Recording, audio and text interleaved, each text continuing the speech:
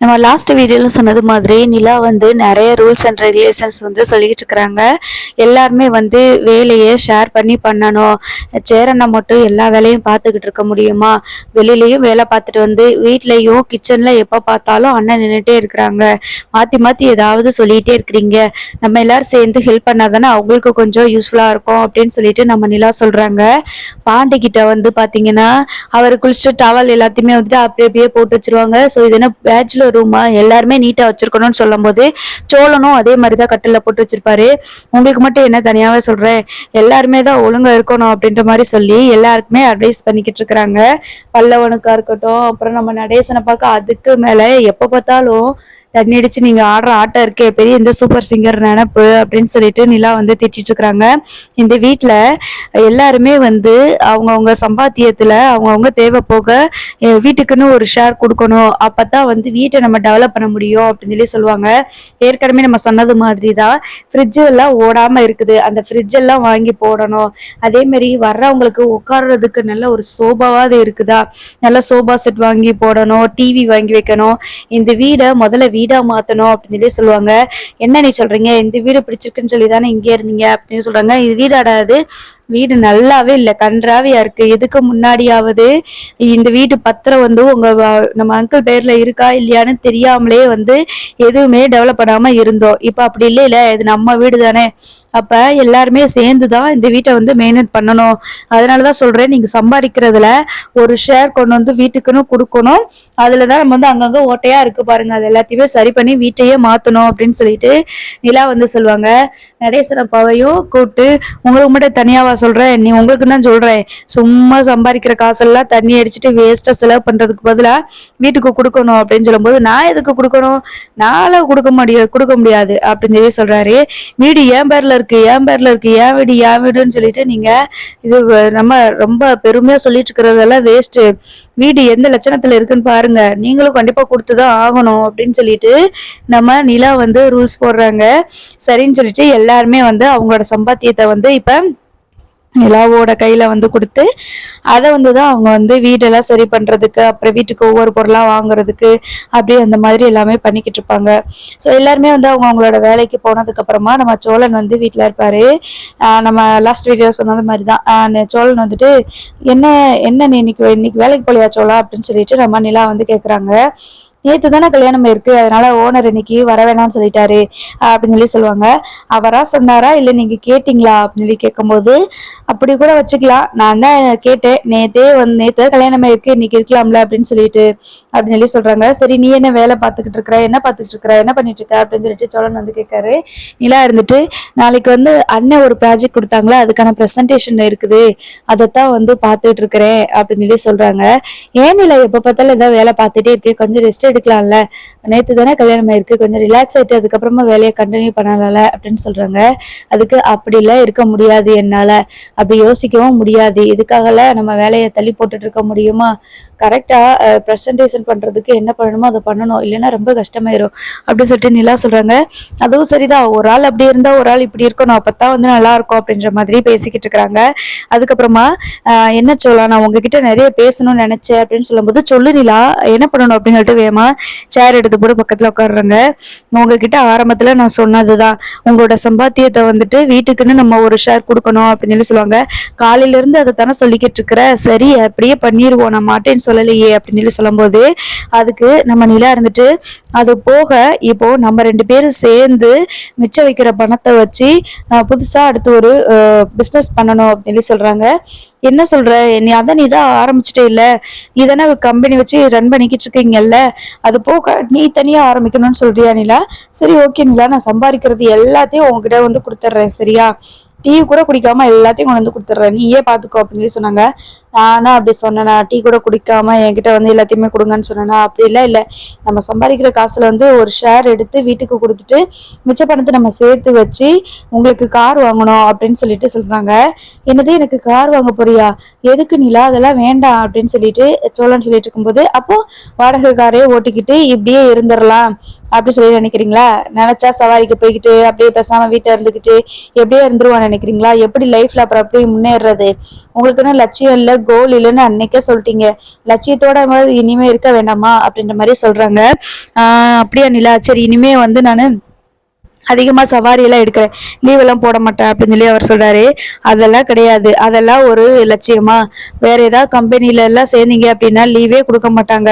நீங்க நினைச்சாலும் லீவ் போட முடியாது. இங்க இந்த ஓனர் கிட்ட ரொம்ப வருஷமா வேலை பார்க்கறதுனால நீங்க சொல்றது எல்லாத்தையும் அவர் கேட்டுட்டு இருக்கிறாரு. அதனாலதான் நீங்க இவ்வளவு தைரியமா பேசிட்டு இருக்கிறீங்க. நான் இதை சொல்லல, உங்களுக்குன்னு சொந்தமா கார் வாங்கணும், அப்பதான் இன்னமும் அதிகமா நம்மளால சம்பாதிக்க முடியும், உங்களுக்கு லோன் கட்டணும் வைக்கணும்னு சொல்லிட்டு பொறுப்பு இருக்கும் அப்படின்னு சொல்லிட்டு நிலா வந்து சொல்றாங்க. சரி ஓகே நிலா, என்னனாலும் ஓகே தான், பாத்திரலாம் அப்படின்னு சொல்லி சொல்லிட்டு இருக்கும் போது, எனக்கு வந்து நிறைய கார் பத்தில எதுவும் எனக்கு தெரியாது, அதனால என்ன கார் வாங்கணும் செய்யணும் அப்படிங்கிறத யோசிங்க. நம்ம அதுக்கு முன்னாடி எப்படியாவது சேர்த்து வச்சு கார் வாங்கிடலாம். சொந்தமா கார் வாங்கிட்டு அதுல நீங்க வந்து வேலையை பாருங்க. கொஞ்ச நாள் கழிச்சு இதே மாதிரி ஒரு கார் மாதிரி நம்ம டிராவல்ஸே ஆரம்பிக்கணும் அப்படின்னு சொல்லிட்டு நிலா வந்து சொல்றாங்க. கண்டிப்பா நிலா, நம்ம வந்து பெரிய டிராவல்ஸே ஆரம்பிச்சிடும், நிலா சோழன் டிராவல்ஸ் சொல்லி ஆரம்பிச்சிருவோம் அப்படின்னு சொல்லி சொல்லுவாங்க. பேரெல்லாம் நல்லாதான் இருக்குது, முதல்ல அதுக்கு தகுந்த மாதிரி வேலையை பார்க்கணும் அப்படின்னு சொல்லிட்டு நம்ம நிலா வந்து சொல்லிடுறாங்க. அதுக்கப்புறமா சரி நிலா, இப்படி பேசிக்கிட்டே இருந்தா எப்படி அப்படின்னு சொல்லிட்டு கேக்குறாங்க. பேசிக்கிட்டே இருந்தா எப்படியா, அப்புறம் வேற என்ன பண்ணணும், எனக்கு தான் வேலை இருக்குதுல்ல அப்படின்னு சொல்லிட்டு நிலா சொல்லிட்டு இருக்கும் போது, தேவையில்லாம சோழன் வந்து பாத்தீங்கன்னா இப்படியே இரு, சரி நான் எந்திரிச்சு வேலைக்கு போறேன், நீ லீவ் போட்டு வீட்டுல இருந்தாலும் பெருசா எதுவும் பேச முடிக்கிற, உன்னோட வேலையை நீ பாத்துக்கிட்டு இருக்கிற அப்படின்னு சொல்லி சொல்றாங்க. ஒரு வருஷமா பேசியாச்சு, இனிமே பேசுறதுக்கு என்ன இருக்குது, அதான் நிறைய விஷயங்கள் நான் சொல்லிட்டேன்ல, வேலை பார்த்து நம்ம சேர்த்து வைக்கணும் அப்படின்ற மாதிரி சொல்லியிருப்பாங்க. ஆமா நிலா, காலையிலேயே உங்ககிட்ட ஒரு விஷயம் சொல்லணும்னு நினைச்சேன் அப்படின்னு சொல்லி சொல்றாங்க. என்னாச்சு, என்ன பிரச்சனை அப்படின்னு சொல்லிட்டு கேட்கும்போது, என்ன சொல்லணும்னு நினைச்சீங்க அப்படின்னு சொல்லி கேட்கும்போது, பாண்டியை பத்தி தான், பாண்டியை பத்தி நினைச்சாதான் எனக்கு ரொம்ப கவலையா இருக்குது அப்படின்னு சொல்றாங்க. ஏன் சேரண்ணனை பத்தி நினைச்சா உங்களுக்கு கவலை இல்லையா அப்படின்னு சொல்லிட்டு கேக்குறாங்க. அதான் நானும் சேரண்ணன் கிட்ட பேசினேன், உங்களுக்கு முன்னாடியே எனக்கு கல்யாணம் ஆயிடுச்சு, நம்ம தம்பி அடுத்த கட்டத்துக்கு போயிட்டானே அப்படின்னு சொல்லிட்டு இது வருத்தமா அப்படின்னு சொல்லி கேட்டுட்டேன் அப்படின்னு சொல்றாங்க. ஐயோ, அது எதுக்கு அப்படி கேட்டீங்க, அதுக்கு அண்ணன் என்ன சொன்னாங்க அப்படின்னு சொல்லும் போது, இல்ல நீ சந்தோஷமா இருந்தா அதுவே எனக்கு போதுண்டா அப்படின்னு சொல்லி சொன்னாங்க அப்படின்னு சொல்லி சொல்றாங்க. சரி, இருந்தாலும் நம்ம சந்தாவை கல்யாணம் பண்ணி வைக்கணும் அப்படின்னா அதுக்குதான், அதுக்கும் நீங்க வாயை விட்டுட்டு வந்திருக்கிறீங்க. இத்தனை பவுன் நாங்க போடுறேன், இத்தனை லட்சம் பணம் கொடுக்குறேன் அப்படின்னு சொல்லி வச்சிருக்கீங்க. அவ்வளவு பணத்துக்கு எங்க போகிறது? அண்ணன் வேலை பார்க்குற காசு, நம்ம எல்லாரும் வேலை பார்க்குற காசை சேர்த்து வச்சாலும் கூட 6 மாசத்துக்குள்ள அவங்க நினைக்கிற மாதிரி, அவங்க கேட்குற மாதிரி அவ்வளவு காசை நம்மளால வந்து சம்பாதிக்க முடியாது அப்படின்னு சொல்லிட்டு இருக்கிறாங்க. என்ன பண்றது, அந்த நேரத்துல பார்த்து பேசக்கூட விட மாட்டேங்கிறாங்க. நம்ம ஏதாவது இந்த மாதிரி சொன்னாதானே அவங்க வந்து ஒரு 6 மாசமாவது வெயிட் பண்ணுவாங்க அப்படின்னு சொல்றாங்க. எனக்கு என்னமோ நம்ம சொன்னதுனால எல்லாம் அவங்க 6 மாசம் வெயிட் பண்ற மாதிரி தெரியல. சந்தாவோட ஜாதகத்துல 6 மாசம் கழிச்சுதான் கல்யாணம் ஆகணும்னு சொன்னதுனாலதான் வெயிட் பண்றாங்களோன்னு தோணுது அப்படின்னு சொல்லும் போது, சரி எதுவா இருந்தாலும் என்ன, நம்ம போய் எனக்கு தைரியமா கேட்கலாம்ல அப்படின்னு சொல்லிட்டு இருக்கிறாங்க. கூடிய சீக்கிரம் அதையும் நம்ம பார்க்கணும். அதுக்கப்புறம் இந்த வானதியையும் பாண்டிக்கும் கல்யாணம் பண்ணி வைக்கணும். வானதியும் காலேஜ் முடிச்சுட்டாங்க அப்படின்னு சொல்லிட்டு இருக்கும் போதுதான் இதைத்தான் இல்ல நான் சொல்ல வந்தேன். காலையில பாண்டி வானதி கூட சண்டை போட்டுக்கிட்டு இருந்தான் அப்படின்னு சொல்றாங்க. சண்டை போட்டுட்டு இருந்தாங்களா, எதுக்கு அப்படின்னு சொல்லிட்டு கேட்கும்போது, இல்ல பாண்டி தான் சொன்னான், அவன் வந்து காலேஜ் முடிச்சுட்டல, இனிமே என்ன செய்ய போற, அடுத்து வேலைக்கு போறியா அப்படின்னு சொல்லிட்டு நான் கேட்டேன். அதுக்காக நான் மெடிக்கல் ஷாப் வைக்க போறேன்னு சொன்னா, வாழ்க்கையில ஏதாவது உனக்கு லட்சியம் இருக்கா, ஏதாவது பண்ணணும்னு சொல்லிட்டு அப்படின்னு சொல்லிட்டு நான் கேட்டேன் அப்படின்னு சொல்லிட்டு பாண்டி வந்து சொல்லிட்டு இருப்பாங்க.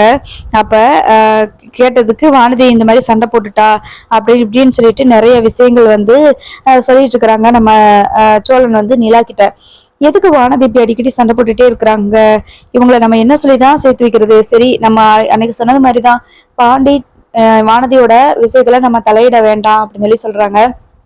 அப்படிலாம் விட முடியாதுல நிலா, பாண்டி ரொம்ப பாவம் இல்லையா அப்படின்னு சொல்லிட்டு நம்ம சோழன் சொல்லும் போது, அதுக்கு என்ன பண்றது, வானதி கிட்ட போய் பேசினா நம்ம சொல்றது கேட்குற மாதிரியா இருக்குது அப்படின்ற மாதிரி சொல்லிட்டு இருக்கும் போது, கரெக்டா அந்த நேரம் வானதியும் வந்துடுறாங்க. எதுக்கு, என்னை பத்தி ஏதோ பேச்சு போய்கிட்டு இருக்குது அப்படின்னு சொல்றாங்க. அப்படிலாம் இல்ல வானதி, நீ மெடிக்கல் ஷாப் வைக்கணும்னு சொன்னில, அதை பத்தி தான் பேசிக்கிட்டு இருக்கோம் அப்படின்னு சொல்லிட்டு சோழன் சொல்லுவாங்க. அதுக்கு பாண்டி இல்லையா அப்படின்னு சொல்லிட்டு கேட்பாங்க. பாண்டி இல்லையே, வீட்டுல இல்லையே அப்படின்னு சொல்லும்போது, இல்ல நான் கடையில போய் பார்த்தேன், அங்க இல்ல, அதனாலதான் வீட்டுல இருக்கிறானோன்னு சொல்லிட்டு பாக்குறதுக்கு வந்தேன், போன் போட்டா போன் எடுக்கவே மாட்டேங்கிறான் அப்படின்னு சொல்றாங்க.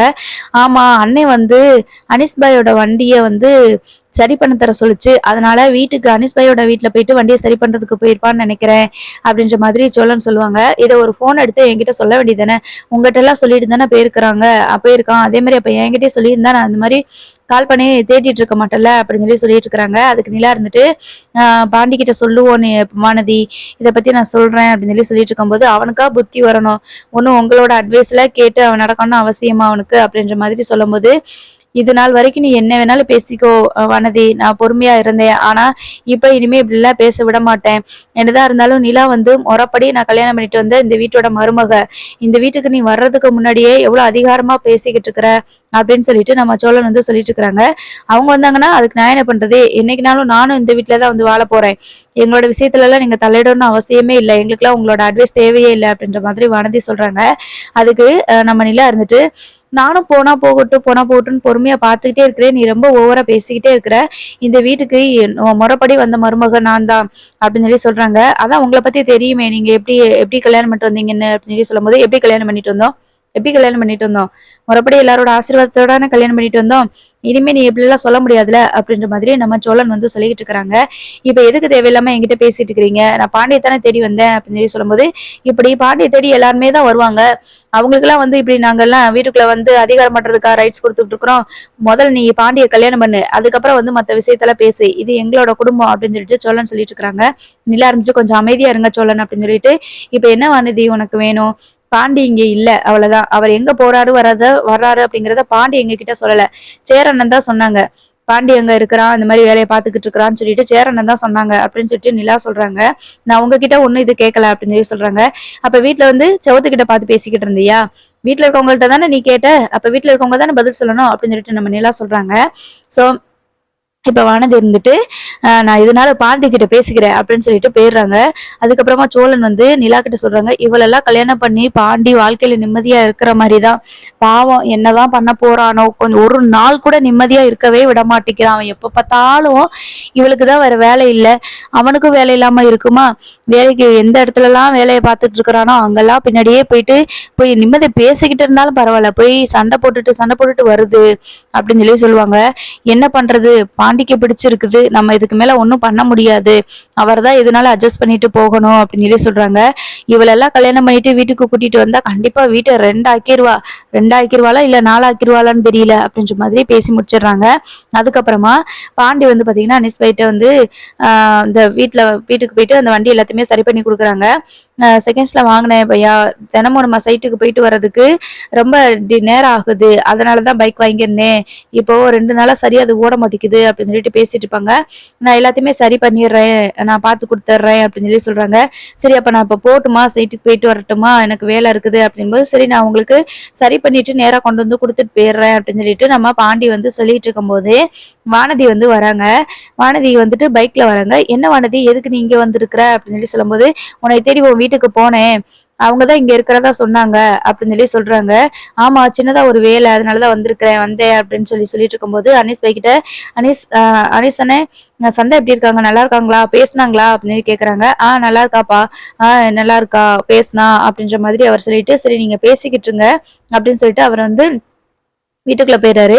அதுக்கப்புறமா என்ன வானதி, எதுக்கு இவ்வளவு தூரம் தேடி வந்திருக்க அப்படின்னு கேட்கும்போது, உன் போன் எங்க அப்படின்னு கேக்குறாங்க. போனை பாண்டியோட பைக்குள்ள வச்சிருப்பாங்க, இந்த இருக்குது அப்படின்னு எடுத்து கொடுக்குறாங்க. எத்தனை தடவை போன் போட்டேன், ஒரு தடவையாவது எடுத்து நான் எங்க இருக்கிறேன் என்ன பண்றேன்னு சொல்லிட்டு சொல்றதுக்கு உனக்கு என்ன அப்படின்னு கேக்குறாங்க. இது என்ன வானதி இப்படி இருக்கு, நான் வேலையை பார்த்துக்கிட்டு இருந்தேன்னா சரி வேலை நடந்துட்டு இருக்கும் போல இருக்குது, அதனாலதான் போன் எடுக்க மாட்டேங்கிறான், பிஸியா இருக்கான் போல இருக்குன்னு சொல்லிட்டு நீ ஒரு நாள் கூட நினைக்கவே மாட்டியா அப்படின்ற மாதிரி பாண்டி சொல்லிட்டு இருக்காங்க. அதை விடு, நான் உன்னைய தேடி உன் வீட்டுக்கு போனா அந்த நிலா என்ன அந்த பேச்சு பேசுது அப்படின்னு சொல்றாங்க. மறுபடியும் பாட்டி என்ன சொன்னாங்க அப்படின்னு சொல்லிட்டு கேக்குறாங்க. என்ன ஒரு இது மாதிரி கேக்குற, நானா அப்ப தேடி போய் உங்க வீட்டுல போய் நான் சண்டை போட்டுட்டு வரேன், உன்னை தேடி நான் வீட்டுக்கு போனேன், வீட்டுக்கு போனா பாண்டி எங்க இருக்கிற எதுக்கான்னு சொல்ல வேண்டியதானே, முறைப்படி இந்த வீட்டுக்கு நான் கல்யாணம் பண்ணிட்டு வந்திருக்கிறேன், முதல்ல நான் என்கிட்டதான் கேட்கணும் அப்படி இப்படின்னு சொல்லிட்டு ஓவரா பேசிட்டு இருக்கிறாங்க அப்படின்னு சொல்லிட்டு வானதி சொல்ல, அப்படி அவங்க சொல்றதுக்கு வாய்ப்பே இல்லை, நீ தான் போய் ஏதாவது பேசியிருப்ப, எனக்கு நல்லாவே தெரியும் அப்படின்னு சொல்றாங்க. எப்ப பார்த்தாலும் அவங்களுக்கே சப்போர்ட் பண்ணிக்கிட்டு இருக்கிற, அவங்க நீ எந்த மாதிரி பேசினாங்க தெரியுமா, எவ்வளவு கேவலமா பேசினாங்க தெரியுமா, இவளெல்லாம் கல்யாணம் பண்ணி வச்சா இந்த பாண்டியோட வாழ்க்கை அவ்வளவுதான் அப்படி இப்படின்னு பேசிட்டு இருக்கிறாங்க உங்க சோழனும் நிலாவும் சேர்ந்து அப்படின்னு சொல்லிட்டு இருக்கும் போது, இதுதான் இப்ப உனக்கு பிரச்சனையா, இதுக்காக தேடி என்கிட்ட சண்டை போட்டுட்டு இருக்கியாக்கோ, எங்கேயுமே வேலை பார்க்கறதுக்கு என்ன நிம்மதியை வேலை பார்க்க விட மாட்டியா, கடையில வேலை பார்த்துட்டு இருக்கும் போது அங்கேயும் ஏதாவது சொல்லி சண்டை போடுற, வெளியில எங்கேயாவது வேலை பார்த்துருந்தா எங்க வேலை பார்த்துட்டு இருக்கோமோ அங்க அந்த வீட்டுக்கே என்னைய சண்டை போட்டு என்கிட்ட சண்டை போடுற, ஃபோன் எடுத்தா ஃபோன்ல சண்டை போடுற. நீ கொஞ்சம் யோசிச்சு பாரு. என்கிட்ட சண்டை போடாம நீ பேசின நாள் இருக்கான்னு சொல்லிட்டு யோசிச்சு பாரு. எப்ப பார்த்தாலும் இப்படியே பண்ணிக்கிட்டு இருந்தேன்னா என்ன பண்றது? ஒரு மனுஷன் ஓரளவுக்கு தான் பொறுமையா இருக்க முடியும்.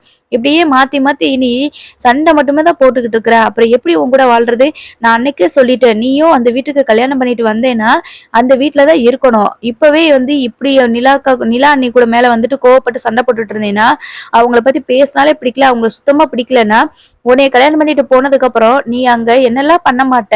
மறுபடியும் அவங்க கூட சண்டை போட்டுட்டு, இந்த மொத்த குடும்பத்தையும் நீ பிரிச்சுருவேல்ல. அப்புறம் எப்படி நான் உன்னைய வந்து மனசார கல்யாணம் பண்றதுன்னு எனக்கு புரியல அப்படின்னு சொல்லிட்டு பாண்டி சொல்றாங்க. சரி அப்ப நீ என்னைய கல்யாணம் பண்ண வைக்கவே வேண்டாம். வேற யாரையாவது கல்யாணம் பண்ணிக்கோ அப்படின்னு சொல்லிட்டு, மறுபடியும் இந்த வானதி கோவப்பட்டுட்டு போகுது. ஸோ பாவம் தான் பாண்டிய பொறுத்தவரைக்கும். பேசாம வானதிய கல்யாணம் பண்ணாம வேற யாரையாவது கல்யாணம் பண்ணிட்டு, பாண்டி நிம்மதியா இருந்தா நல்லா இருக்கும். வேற யாராவது வர்றாங்களான்னு பார்ப்போம்.